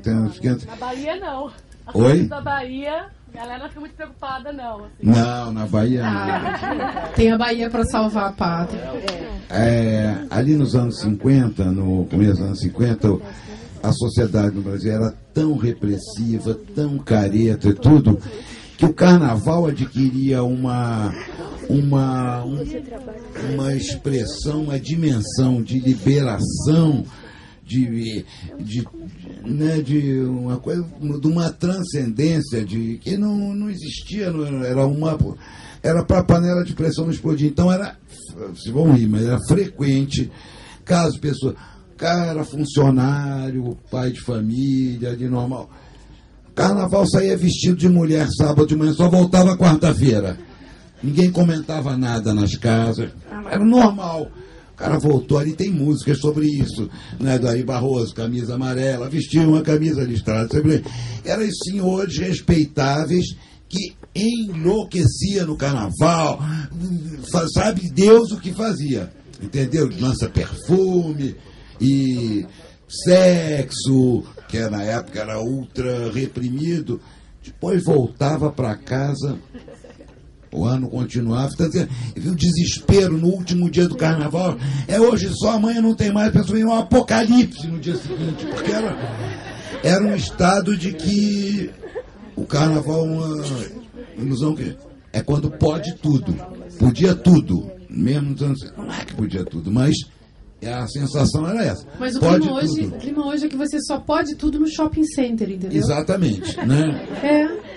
A gente, não sei, eu não sou saudosista, tá? Dos tempos passados, até porque eu nasci... mas acho tão engraçado isso. O nosso tempo, assim, parece que ele tem uma certa decadência mesmo, sabe? A decadência, porque a gente não tem mais política. Então a gente só tem economia. O nosso mundo, assim, ele substituiu os valores políticos, humanos, sei lá, quaisquer que vocês possam imaginar. Democracia hoje também é mercadoria, né? Claro. É um negócio assim, o que é a política hoje? É um sistema profissional, quase uma organização uma corporação privada, né? Uma corporação ali, né? De interesses privados. E aí você começa a pensar no tempo em que o povo tinha contra o que lutar, e a gente teria que descobrir contra o que a gente tem que lutar hoje. Quer dizer, tem que lutar contra, na verdade, o status quo, enfim, da novidade capitalista do jeito que ela deu certo. É claro que tem que ter uma resistência contra esse excesso de oferta de balangandãs. A gente já falou sobre isso, né? Que é a única saída. Mas não é assim que a gente não tenha contra o que lutar. É que, na verdade, nós abdicamos, eu acho que é uma coisa do nosso tempo. A gente abdicou da liberdade. E, por incrível que pareça, nesses tempos de repressão, as pessoas acordavam para isso, para uma liberdade que tinha muito sentido. E do jeito que a gente está vivendo hoje, nós temos liberdade, mas é como se ela não valesse nada. Então, isso é uma coisa que me dá tristeza, sabe? Mas quem é que está com o microfone? Eu. Segundo aquela filosofia da ausência desse desejo, ou até algumas palavras de Schopenhauer, vontade, você falou que quanto mais ausência de desejo, mais a felicidade, você encontra ela. Ou estou errado? Aí você deu uma leve comparação com o funkeiro. E o funkeiro, a atitude, visualmente falando, é mais perto do instinto, o desejo da reprodução, até do consumismo também, que ou é roupa ou é sexo. Então, eu queria saber, Então a informação é que, tipo, o funkeiro, ele tá mais próximo à felicidade, ou ele é feliz por ter essa ausência desse desejo. Não vamos falar do funkeiro, porque a gente não sabe como é a cabeça do funkeiro e a vida dele. Mas vamos falar da manifestação musical ou performática, cultural, que é o funk. Digamos que seria a expressão desse sujeito, para usar a linguagem do Kojève, pós-humano. Pós-humano porque ele saiu da história. Ele saiu da história. O que era a história? Era o tempo humano em que a gente precisava escrever uma narrativa. A gente precisava, assim, contar uma biografia. Se tinha direito de biografia. No nosso tempo, claro que ainda existem as biografias. Tem até a do Tim Maia, que vocês podem ler. Mas o que era a história? Era o tempo da narrativa, em que você tinha sentido, tinha que contar alguma coisa com sentido, porque alguma experiência de alguém valia a pena, ou de outro. Quando você escrevia a biografia de outro, contar a história de outra pessoa, narrar oralmente ou por meio escrito, existia isso. E no nosso tempo não existe mais isso, nós fomos privados de biografia. E aí, uma coisa que eu estava, antes até comentei, a gente estava falando antes, era essa coisa, eu até escrevi um texto uma vez que chama, quando morreu Michael Jackson, que chama Tanatografia, que era para falar desse tempo em que a morte vale mais do que a própria vida. Então, se cria assim, depois que o sujeito morre, toda uma história. É a história do rock, isso que a gente estava comentando, estava contando pro Nelson. Toda construída em cima disso. Em cima desse herói que depois de morto vale mais como popstar do que quando ele era vivo. Todos eles fazem muito mais dinheiro hoje do que quando estavam vivos. Elvis, aliás, não morreu, né? Esse é o lema dessa tanatografia. E o Michael Jackson, a gente estava comentando, ele ia fazer um show, ia fazer uma turnê quando ele morreu. Não foi fazer a turnê vivo, mas a morte dele rendeu muita grana, não apenas do espetáculo do enterro, que era um negócio tipo aqueles reis medievais, os reis, até o século XVIII ainda se fazia esse tipo de ritual em que se velava uma estátua de cera do rei, o corpo do rei já tinha apodrecido há muito tempo, sido dado aos urubus, mas você mantinha a efígie, né? Então, esses popstars mortos, eles são efígies. A Amy Winehouse morreu e já estava todo mundo anunciando a morte da garota, porque também ia ser um negócio muito lucrativo. Nem a família dela conseguia ter noção, nem ela mesma tinha noção do tanto que ela estava sendo usada pelo sistema que já prevê a morte do sujeito e o tanto que ele vai valer depois de morto, né? Isso para qualquer artista que tem obra sempre está valendo, porque direitos autorais, né? As gerações, 70 anos depois, ainda estão ganhando grana em cima do fantasma familiar. Mas no rock é muito poderoso, porque os caras viram, assim, umas entidades. Eles são deuses, né? Você falou o Keith Richards, ele é um deus, gente, ele não é um humano. Você falou com ele, você falou com um deus do Olimpo. Muito mais, na verdade, é muito mais impactante falar com o Keith Richards do que com o Mick Jagger. O Mick Jagger, como eu disse, é um senhor inglês educadíssimo, fino, inteligente, lido, culto. Normal, podia ser um businessman. É um businessman. Ele é um businessman, né? O outro não, é um selvagem, um roqueiro, é uma música encarnada, né? Então, não tem uma preocupação da educação, da delicadeza. Que é blues, ele é blues, da cabeça aos pés, ali é completamente diferente. E talvez dentro essa oposição entre os dois seja um dos segredos do sucesso dos Rolling Stones até hoje. Essa tensão, né, essa diferença entre os dois ali, né, viveu disso. Pode falar. Eu queria fazer só um comentário que vocês estavam falando do Sympathy for the Devil, do satanismo, e o Nelson deve até saber da história que o Mick Jagger veio pra cá em 67, visitou um terreiro de candomblé e fez essa música a partir dos batuques do terreiro. Ele acha que é um samba, ele diz que é um samba, o Sympathy for the Devil, ele diz que é samba. Toda vez que toca ele fala que é um samba. Agora Ele tenta sambar também, né?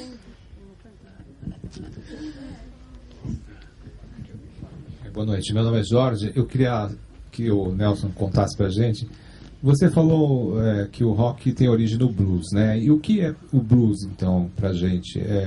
E uma relação do blues com a família operária no caso da Inglaterra, mas nos Estados Unidos também, qual é a relação desses valores? Enfim, o rock and roll nasce nesse universo. O que é esse blues? O que é essa família operária? É mais complexo. O blues primeiro que basicamente música negra, música de escravo, né? Essa claro, Louisiana, sul dos Estados Unidos, plantações, é uma história muito conhecida. Mas quando o blues vai evoluindo, vai virando, já que é o início do rhythm and blues, do R&B, né, ali nos anos 50, que vai sendo, o que o Elvis fez nessa época de segregação? Não se tocava música de artista negro em rádio branca, ou seja, as grandes rádios todas, não tinha rádios, tinha rádio negra vagabundérrimas, assim. O Elvis pegou a base da música negra, do blues ali, com aquela evolução, já o que vários faziam próximo, Little Richard e outros artistas negros, e o Elvis tornou aquilo palatável para audiências brancas também. Ele fez a ponte, né? Isso é o rock and roll, é a origem do rock and roll, né? Com o Elvis para o sucesso, mas outros, Chuck Berry, Muddy Waters, mesmo Little Richard, todos eles construíram essa música negra que depois vai dar até no soul, no funk, vai embora, até no funk carioca no último limite, né? Mas a Inglaterra nunca teve blues. Os artistas ingleses que eram loucos pela música negra americana. Tanto os grandes artistas ingleses, eles são baseados em música negra americana. Os Beatles, os Rolling Stones, a Amy Winehouse também. E muitos, os mais importantes, talvez, são os que foram em cima da música negra americana. Aliás, o nome da banda, né? The Rolling Stones, é de uma música do Muddy Waters. Muddy Waters, exatamente. Muddy Waters, né? Que, aliás, é um nome super sugestivo também, né? Águas barrentas, águas lamacentas, né? Mas o cara se adotar isso como nome, maravilhoso, né? Coragem. Era muita liberdade, né? Mais uma pergunta. O rock tinha uma promessa de liberdade, né? No início, em Woodstock, nos anos 60, mas que não se realizou. Virou um negócio colossal. Não era um negócio ainda. Virou mercadoria, né? Mas ainda é uma mercadoria que pode passar a perna no capitalismo, porque as pessoas podem... Eu acho também, Marcelo, desculpe, acho que não só o rock, mas a música pop em geral... nos anos 70, até nos anos 80, ainda tinha uma transcendência, uma ambição de transcendência, os momentos políticos que vêm na história, a música, os direitos civis nos Estados Unidos, a música como signo de rebeldia do rock. Quando vem essa coisa, a música tinha uma coisa... perdeu completamente isso. A música hoje, a melhor e a pior... A música em si é totalmente banalizada, né?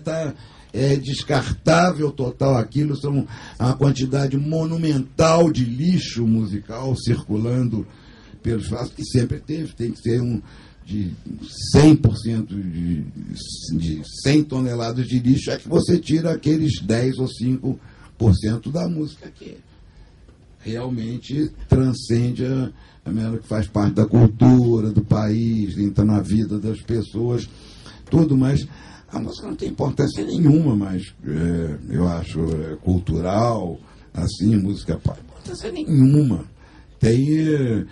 É um gigantesco comércio, os valores são todos comerciais, né? Os artistas bons são os que vendem disco, fazem sucesso. Despreza os artistas que não vendem disco, são marginais, chamado de maldito, é uma porcariada realmente. Então, e de independente. E é um negócio que eu acho bem cruel mesmo, esse sistema. É muito mais cruel. Eu, por exemplo, sou escritora, fico lá escrevendo meus livros, Ok, se lerem, sei lá, meu romance, o povo lê 2.000 exemplares do meu romance, eu fico super feliz. Para a indústria não é nada, mas a indústria não vai deixar, a editora não deixa de publicar o teu livro ilegível, sei lá, que não vai ser um best-seller e tal. Então, e ninguém fica assim te criticando porque você não é um best-seller. Agora, no mundo da música, é de uma crueldade mesmo, né? O cara pode ser muito bom em qualquer território, seja tocando um instrumento, seja fazendo canção popular, e, no entanto, ele vai ter que pagar esse preço sempre de não ter tido sucesso com as massas, né? Isso é quase uma obrigação. Então, isso determina uma baixa de qualidade para... Quanto mais gente você quer atingir, mais você tem que falar tem que baixar a sua bola, mais e mais. Aconteceu nos Estados Unidos. Os Estados Unidos é uma imensa classe média, uma ditadura de classe média medíocre, com valores pavorosos, tacanhos, todo.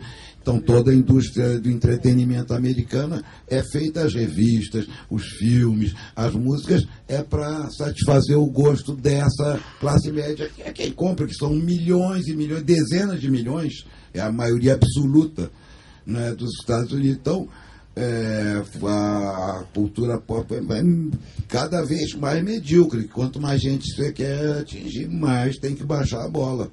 E tem muito desprezo em relação aos artistas, são chamados de losers, perdedores. Perdedor não é quem? É o cara que não fez $1 milhão. O cara pode ser um músico fabuloso, mas que ninguém entende no tempo. É um loser, é um perdedor. E pronto. Márcia, você não acha que essas ideias têm a ver do rock, tem a ver com a ideia de vontade de potência do ritmo? Você tem lá um negro que é excluído da sociedade, que vai lá e faz o seu ritual, o seu canto, e você tem a família operária lá, que está desfocada, enfim, a família muitas vezes excluída, e a pessoa, um adolescente, cresce nesse meio e está ali nessa confusão. Você não acha que tem um pouco a ver com as ideias de... Eu acho que toda a cultura do século XX tem a ver com essa vontade de poder, né? Villes zur Macht. Eu acho que sim. Mas o rock eu acho que é um momento super importante. Eu acho tão importante. 3 acordes. Qualquer um pode, né? Teoricamente. Né? Pois é uma pena quando essa constatação que você fez de que realmente vira uma mercadoria e um sistema que é puramente econômico em torno da mercadoria, que é uma potência da coisa, né? Mas a coisa ao mesmo tempo ela subverte o sentido da própria mercadoria. Não, claro, quando ela é simplesmente industrial, mas quando ela carrega toda nos Stones, do Bob Dylan, tanto desses caras aí muito legais, tem um negócio que é sincero ali, tem uma coisa que vem, que é uma força que está na cultura, está na natureza, está na dor das pessoas, que não está só na cabeça do sujeito que está lá fazendo, enfim, do empresário da música, né, que está inventando a banda. Acho que sim, mas eu acho o rock e o feminismo e a psicanálise os 3 movimentos mais importantes do século XX. Então, aí a gente melhorou alguma coisa na história humana, apesar dos pesares. Mas a Regina tem uma pergunta, né? Tem, do pessoal lá do outro lado.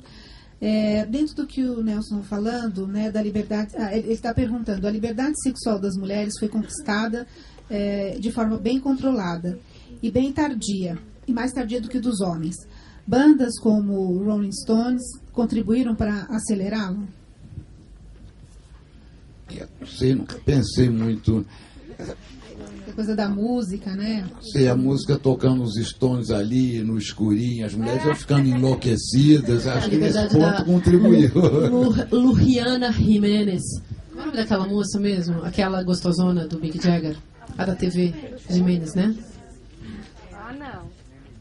Dadezinha. Mas aquilo é inconcebível, né? Imagina um cara com mais de 60 anos, experimentado, envolvido a vida inteira com essas fãs de rock, fazer uma coisa dessa, né? Sei lá. Tô brincando de maldade, assim, porque é imperdível, né? Não, mas eu acho das mulheres. Inconcebível essa história pra mim. O cara, fosse um garotão, um bobalhão ali, o cara com a rodagem desse, o que esse cara tem, as horas de cama que esse cara tem, 10 mil horas de cama, né? Uma brasileira aparecer ali, o cara comer a mulher no canil, sem camisinha, pelo amor de Deus, é a desmoralização do bad boy, né?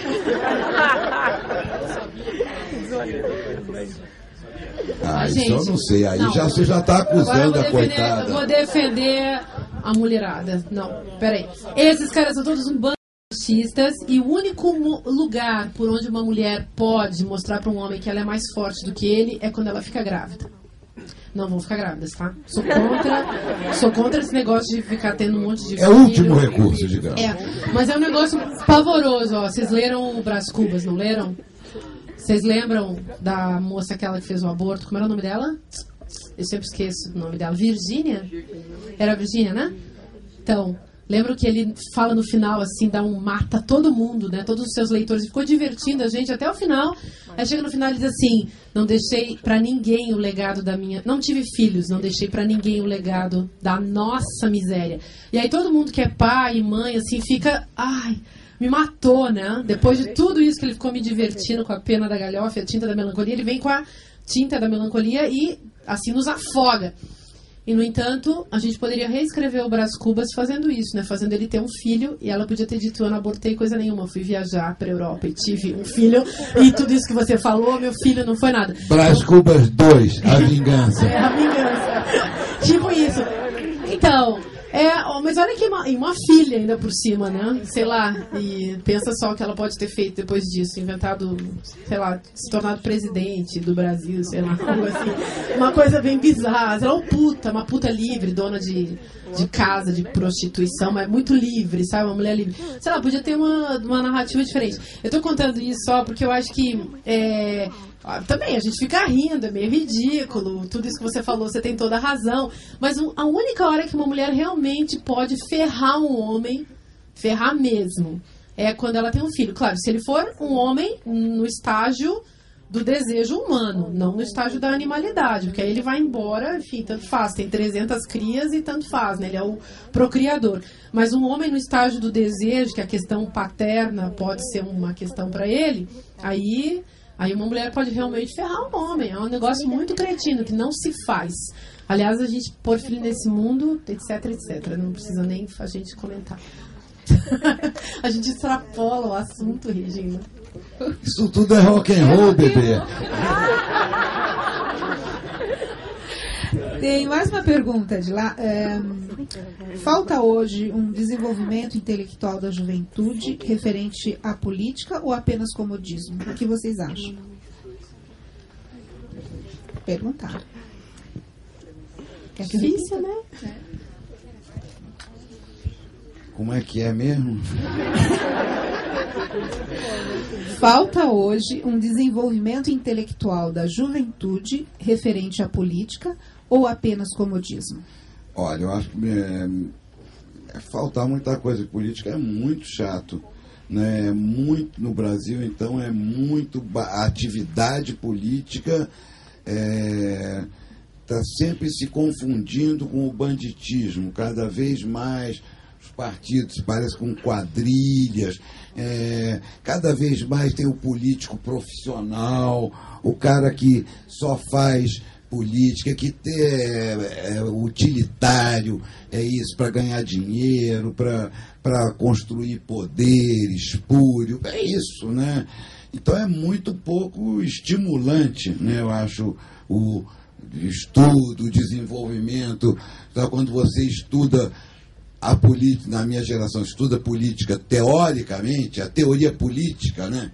Eu fiz um ano de direito, né? Daí, de teoria geral do Estado, a política, a democracia.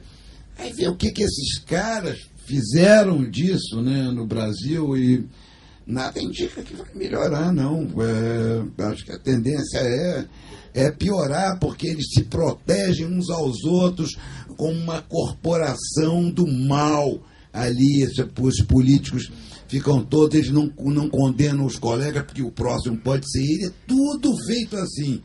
É das coisas mais escrotas que existem, desculpa a expressão, mas é o que se vê, o que eles fazem todo dia. Então, é duro você ter quem tem uma formação política teórica, então, que estuda isso, que tem interesse, fica mais indignado e mais desesperado ainda. Você indignar, porque se você encontrar na rua, você cuspir na cara dele, ele vai limpar assim, vai fingir que não foi com ele, porque ele quer aquele voto e vamos em frente. Né? Eles são assim. Você vê o cara como o Sarney, que nunca fez nada na vida, a não ser política, é dono de um Estado, é um multimilionário, um homem poderoso. Nunca fez nada, nunca teve um emprego, nunca vendeu uma geladeira, nunca foi um funcionário de nada. Só foi deputado, senador, vereador, não sei o que. É o que é aí. É o símbolo de tudo para mim. Esse assunto é horrível. Ó, e acrescento... Sempre pelo menos é médico, formou médico, né? E sempre pelo menos era engraçado, divertido nessa múmia desse Sarney. Você pelo menos era um bandido escancarado, assim, sabia o que era, um cara truculento. Sarney é disfarçado, é da Academia Brasileira de Letras, é literato, foi sequestrado da minha vocação literária para a política, coitadinho. E dizem que perdeu um escritor genial, vá pro inferno. Mas, ó, dizem que ele manda matar. E que... Eu acredito plenamente. Espero que não utilize contra mim. E eu também não quero que utilize contra mim nem contra nenhum de vocês, mas de vez em quando rola um negócio, não fale mal do Sarney. Gente do Maranhão já me disse, gente da televisão já me disse, não fale. Porque se você falar em público, a gente vai cortar essa parte da gravação, tá?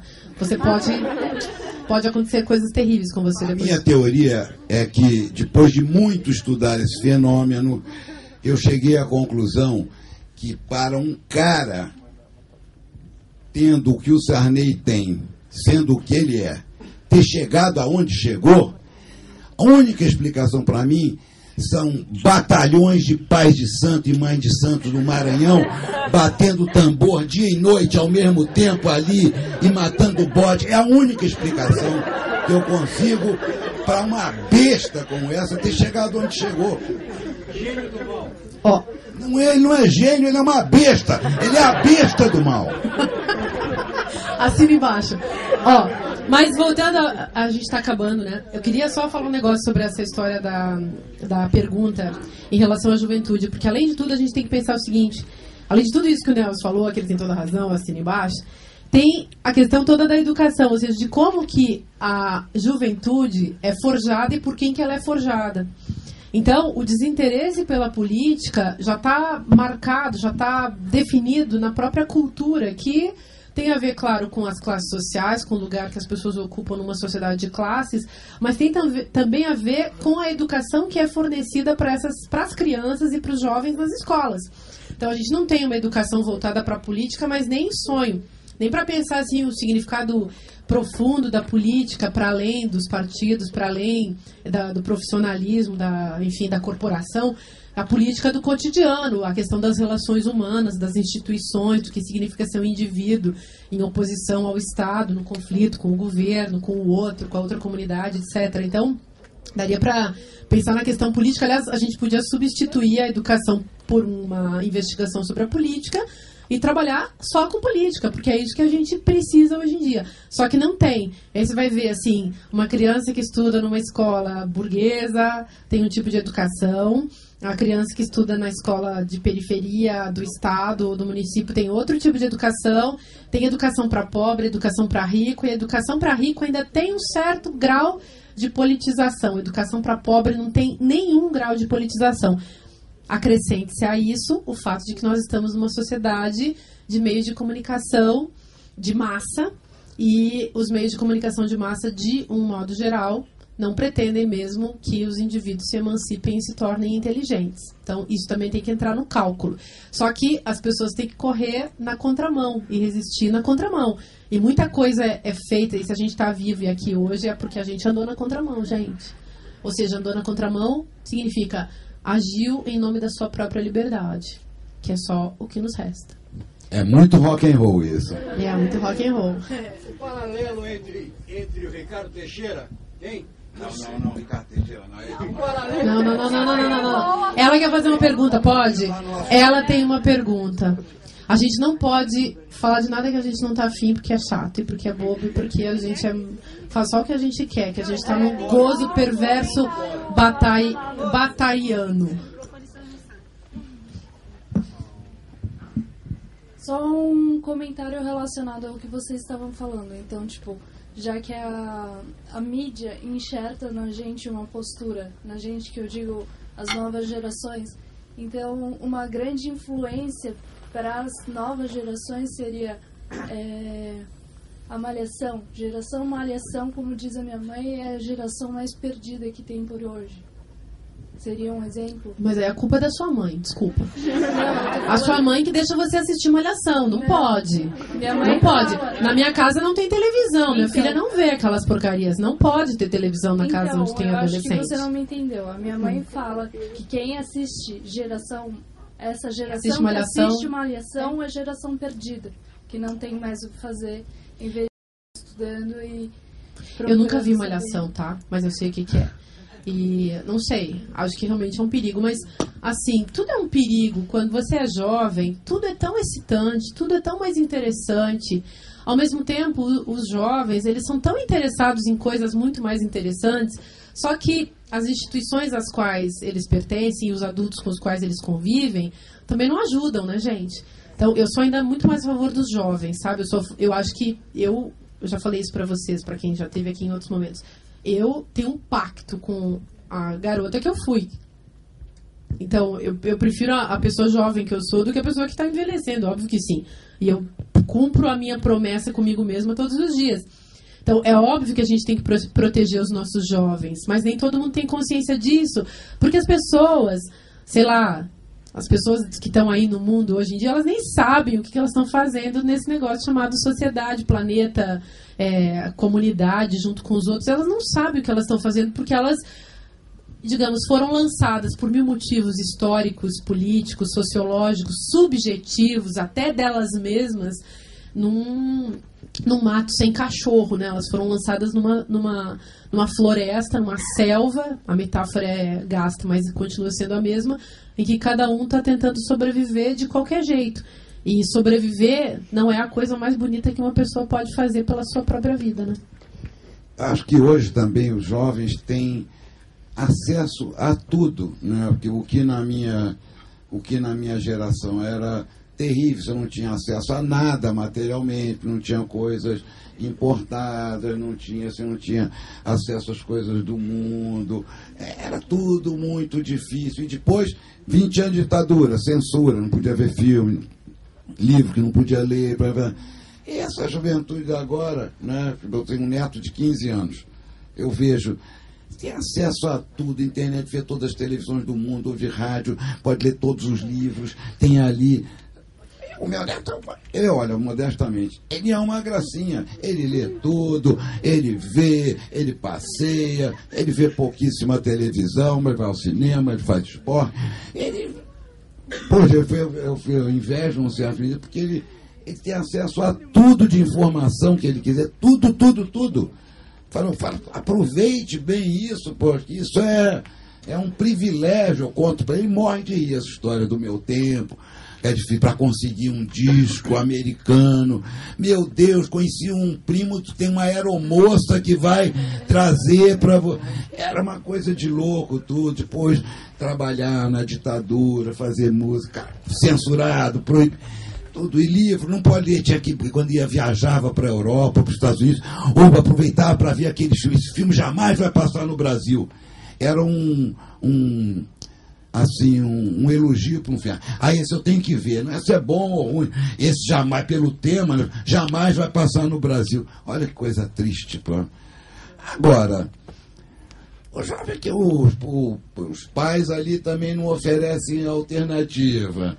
O jovem quer moleza ali, quer ficar ali na televisão, fumando maconha, vendo televisão. Aí, paciência, né? Mãe, eu quero agradecer demais ao Nelson Mota. Foi lindo ter você aqui. Estou super feliz de ter conversado com você de novo. Bom, se eu tivesse uma professora de filosofia dessa no colégio, meu Deus, como teria sido melhor minha vida. Quanta coisa que eu teria entendido. Oh, que simpático. Então, eu fico tão feliz mesmo que você está aqui. E, gente, olha, foi histórico, assim. Guardem. Foi muito legal essa conversa, foi muito bonito. Foi muito generoso do Nelson ter vindo até aqui, ter contado assim, ter se expressado tão livremente sobre tudo. É pra gente aprender os conteúdos, mas também a forma, sabe? É pra gente carregar com a gente a mesma liberdade, que esse é um negócio que vale a pena de ter na vida. Assim, se a vida vale alguma coisa, é a liberdade que a gente conseguiu levar adiante na história da nossa própria vida, né? Então, Nelson, super obrigada. Obrigado a você, Marcelo. Obrigada, Regina. Obrigada a todo mundo que está aí trabalhando, Walter e a galera do CCBB. Obrigada. E a gente se encontra de novo para finalizar nossa conversa falando do Nirvana e o Radiohead, dia 8 de novembro com o Tid Correia. Tá bom? Obrigada. Beijos para todo mundo. Obrigado. Até a próxima.